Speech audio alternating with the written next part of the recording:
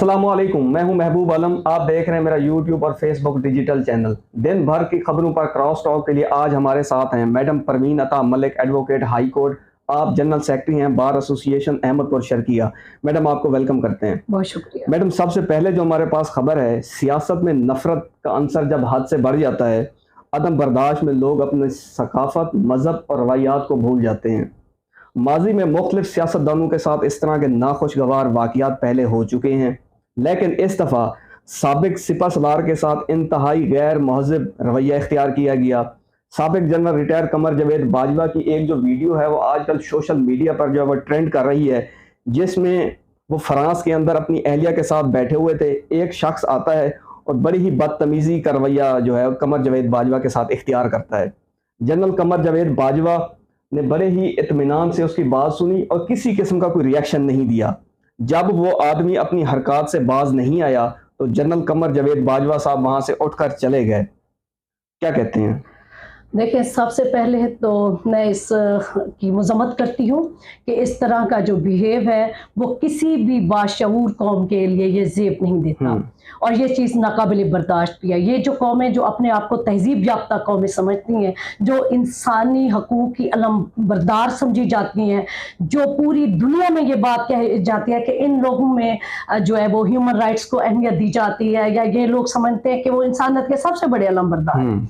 तो अगर वो इस तरह की हरकत करते हैं तो ये सामने नजर आता है कि ये लोग कहते कुछ हैं और करते कुछ हैं। देखिए, इन तमाम जो कौमों का जो है, जो आप समझ रहे हैं, जितनी भी यहूद नसारा, तो मैं एक हवाला देना चाहूँगी कुरान पाक का कि उसमें है कि यहूद और नसारा मुसलमानों के दोस्त नहीं हो सकते। जहाँ तक हमारे सिपह सलार का जो उन्होंने रिएक्शन नहीं दिखाया, तो मैं समझती हूँ ये तरबियत है, ये मुसलमान होने की तरबियत है, ये दरगुजर है और एक रवादारी का सबूत दिया है कि उन्होंने इस तरह की जो गलीज़ जुबान इस्तेमाल की है जो उनकी अहलिया के सामने। वो ये अच्छा एक्ट नहीं था फ्रांस के उस बंदे का, लेकिन हमारे जो साबिक सिपह सलार का जो उन्होंने चुप करके उठ के चले जाना जो है, ये उन्होंने साबित किया है कि मुसलमान जो है ना वो ऐसे नहीं है, वो दरगुजर भी करते हैं, बाज ऐसी नापसंदीदा अमल पर दरगुजर भी कर जाते हैं। उसका बिहेव उसके साथ इन्होंने जो साबित किया, इन्होंने साबित किया है कि वो एक बहुत बड़े आदमी हैं, एक मुल्क के सिपह सलार रह चुके हैं और उन्हें पता है वो उनकी इज्जत में कमी नहीं है। इस बार अगर देखा जाए तो फ्रांस की इज्जत की कमी हुई है। वो जो अपने आप को आईन, अपने आप को कानून, अपने आप को तहजीब व तमद्दुन, अपने आप को इंसानियत के अलमबरदार समझते हैं, तो मेरे ख्याल में ये उनके मुंह पे बहुत बड़ा तमाचा है। मैडम, सियासत में इख्तलाफात होते हैं, लेकिन इस तरह एक इंसान जिसने पाकिस्तान आर्मी को, पाकिस्तान पूरी दुनिया में उसका नाम रोशन किया हो, उस शख्स के साथ उसकी फैमिली जब उसके पास बैठी थी, तो इस तरह की जो गुफ्तगू है ये इस्लामी माशरे की जितनी भी चीज़ें हैं उसके अंदर नहीं आती।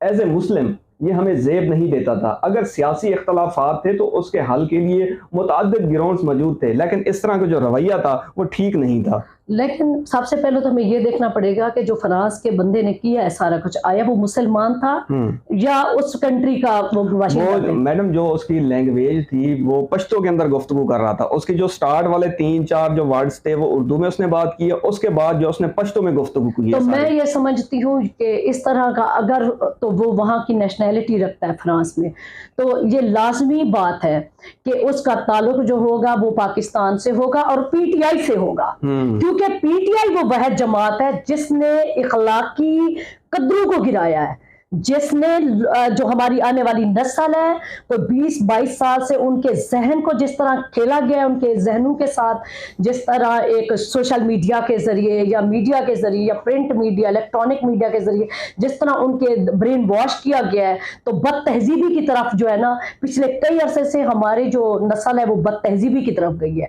हमारी तरबियत में कमी रह गई है। अब तरबियत क्या काम करे जब आपके हाथ में एक मोबाइल फोन है, आप सारा दिन सोशल मीडिया से टच रहते हो, कम्युनिटी में बैठते हो, तो अगर उसका इस तरह का वो जो पश्तो लैंग्वेज में आप कह रहे हैं, तो ये लाजमी उस बंदे का ताल्लुक पीटीआई से होगा। लीडर का ये काम है कि वो उन्होंने बदतहजीबी सिखाई हुई है, तो इस तरह की जो बडिंग है ना, तो हम इसको ब्लेम नहीं कर सकते फ्रांस को। मैडम मेरी बात सुने, गुजारिश ये है कि इमरान खान ने कभी सियासत के अंदर किसी को गाली नहीं दी। ایک ایسا انسان جس نے کبھی کسی کو گالی نہیں دی, کسی نے جلاؤ گھراؤ کا نہیں کہا, تو اس کے جو جتنے بھی کارکن ہیں ان کو بھی احتیاط کرنی چاہیے کہ جب ان کا لیڈر جو اس طرح کی لینگویج استعمال نہیں کرتا تو ان کو بھی نہیں کرنی چاہیے. اور دوسرا, صارفین کی جانب سے اس اقدام کی شدید مذمت کی گئی ہے. نفرت میں آ کر کسی کی نجی زندگی میں مداخلت کرنا قطعاً یہ غیر مناسب بات ہے. پہلی بات تو میں کلیار صاحب آپ کو ایک بات ذکر کر دوں کہ جب آپ پبلک فیگر ہوتے ہو نا تو پھر آپ کی پرسنل لائف نہیں ہوتی. آپ پبلک کی پراپرٹی ہوتے ہو. آپ کا چلنا پھرنا, آپ کا کریکٹر, آپ کی سوچ, آپ کا عمل, آپ کی موومنٹ, آپ کے فرینڈز, آپ کی سب چیزیں کاؤنٹ ہوتی ہیں کیونکہ آپ پبلک فیگر ہوتے ہو. آپ صرف اپنی ذات کی حد تک آپ نہیں کہہ سکتے کہ آپ کی پرسنل لائف ہے. جب آپ کی پرسنل لائف ہی آپ پبلک پراپرٹی ہوتے ہو تو پھر پبلک آپ کو فالو کر رہی ہوتی ہے, وہ آپ کو دیکھ کے ہی اس نے کام کرنا ہوتا ہے. تو میرے خیال میں یہ آپ اس کو یہ والا لفظ نہیں نکالنا چاہیے کہ یہ نکال دیں اس کو کہ یہ اس میں ان کی پرسنل لائف میں مداخلت نہیں ہونی چاہیے. اور جہاں تک آپ کہتے ہیں کہ عمران خان نے کبھی گالی نہیں دی, تو میرے خیال میں انہوں نے گالی نہیں دی لیکن انہوں نے حالات اس طرح پیدا کیے ہیں کہ ہماری آنے والی ہر نسل, انہوں نے پاکستان سے محبت نہیں سکھائی. انہوں نے کہا یہ بھی غلط ہے, وہ بھی غلط ہے, وہ بھی غلط ہے, فلاں غلط ہے. اس نے پاکستان سے محبت کرنا نہیں سکھائی. اگر آپ اس کی ساری سپیچ اٹھا کے دیکھ لیں, اس نے ہر ادارے کو برا کہا ہے. اب تک یہ ادارے کام نہیں کر رہے تھے. اچھے برے حالات ہر جگہ ہوتے ہیں. ہمارے ملک میں بہت سے نامساعد حالات کا سامنا کرتے ہوئے ہم ایک جیسی ترقی کے منزل پہ پہنچے تھے, اس کی وہ سیاسی کارستانی جو ہے وہ شروع ہو گئی اور ہماری نئی نسل کو اس نے کہا یہ بھی خراب ہے. جب آپ کسی کو رات دن کہتے ہو, لگے رہتے ہو کہ یہ خراب ہے, یہ خراب ہے, تو بتائیں وہ بچہ جب کمیونٹی میں آئے گا, وہ باہر آئے گا, معاشرے میں آئے گا, سوسائٹی میں, اس کی کس طرح کی لینگویج ہوگی؟ وہ گالی نہیں دے گا تو کیا دے یہ گا؟ بات آپ کی بالکل درست ہے. عمران خان کو اس متعلق ضرور سوچنا ہوگا. میڈم, جو ہمارے پاس اگلی خبر ہے, نون لیگ کی چیف آرگنائزر مریم نواز کا کل باغ آزاد کشمیر میں جلسے سے خطاب کیا اور کہا کہ جس جماعت کو دھاندلی کر کے ہم پر مسلط کیا گیا تھا, آج وہ کرچا کرچی ہو چکی ہے. جو کہتا تھا کہ میں اکیلا کافی ہوں, وہ اکیلا بیٹھ کر رو رہا ہے. 9 مئی کا حملہ کرنے والوں کو عبرت کا نشان بنائیں گے.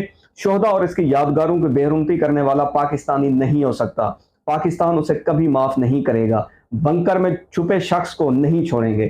میڈم کلیار صاحب, میں کہتی ہوں جو پاکستانی تنصیبات یا پاکستان کے اساسوں کو جس طرح تباہ کیا گیا, برباد کیا گیا 9 مئی میں سمجھتی ہوں یہ ملک سے غداری کے مترادف ہے. بالکل صحیح کہہ رہی ہیں. وہ ملک کا پاکستانی, میں کہتی ہوں اس کو غدار ڈکلیئر کیا جائے.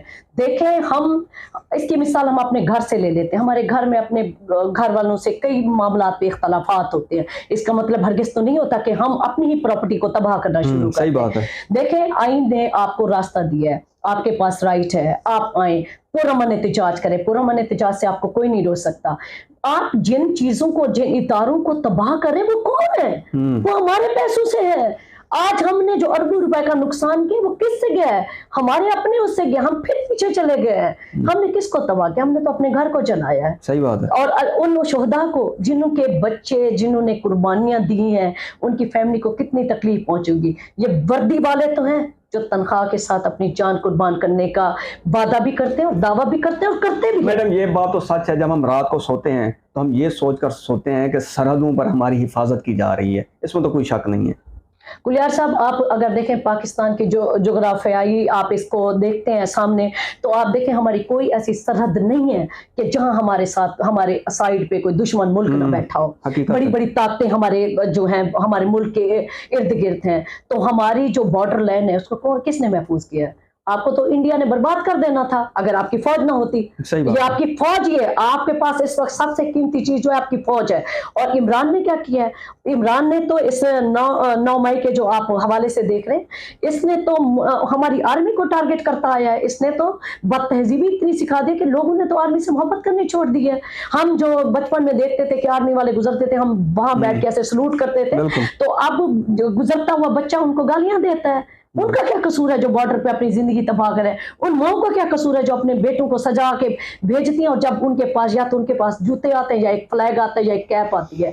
کبھی ان ماؤں سے پوچھا جن نے اپنے بیٹے کو, کیا اسی طرح 30,000 میں آپ اپنا بیٹا بھیج سکتے ہیں کہیں بارڈر پہ کہ جائیں آپ قربان ہونے کے لیے جائیں؟ آپ کے ادارے یہ کہ آپ کا ملک جو ہے وہ محفوظ ہے اور محفوظ ہاتھوں میں ہے.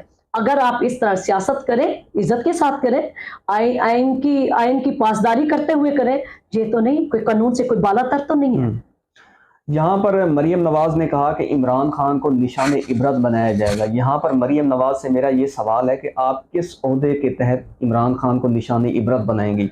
और दूसरा, मरीम नवाज से मेरा ये सवाल है कि जब आपका वालिद नाअहल होने के बाद साबिक आर्मी चीफ पर किस तरह की क्रिटिसाइज़ करता था, क्या उनको सज़ा मिलेगी? उसके बाद रिसेंटली कुछ महीने पहले मरीम नवाज अपने जलसों के अंदर साबिक आर्मी चीफ और साबिक चीफ जस्टिस की तस्वीरें दिखाया करती थी। क्या मरीम नवाज आपके ऊपर कोई कार्रवाई होगी? मैडम, जो हमारे पास तीसरी खबर है वो डॉक्टर यास्मीन राशिद को जिन्ना हाउस के अंदर जो केस था, अदालत ने उनको दहशतगर्दी, कोर्ट ने उनको डिस्चार्ज कर दिया। उसके बाद आईजी पंजाब ने कल प्रेस कॉन्फ्रेंस की, उन्होंने कहा कि हम ये दोनों जो फैसले हैं इसको चैलेंज करेंगे।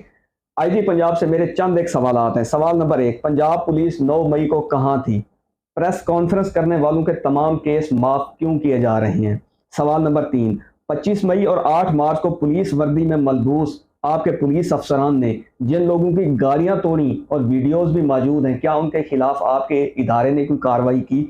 सवाल नंबर 4, जब लोगों को मार पीट कर घर से उठाया जा रहा था, जिसकी वीडियोस सामने आ गई थी, क्या उन वीडियोस पर कोई अमल दरामद होगा? सवाल नंबर 5, छापे और इंसानी हकूक की पामाली पर आपके इदारे ने क्या किया?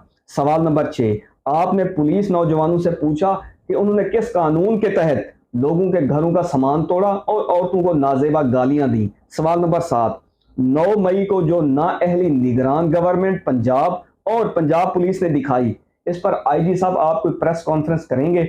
सवाल नंबर 9, जितनी फुर्ती आप आज दिखा रहे हैं, अगर 9 मई को आप ये फुर्ती दिखाते तो शायद ये 9 मई का जो सानिया है ये ना होता।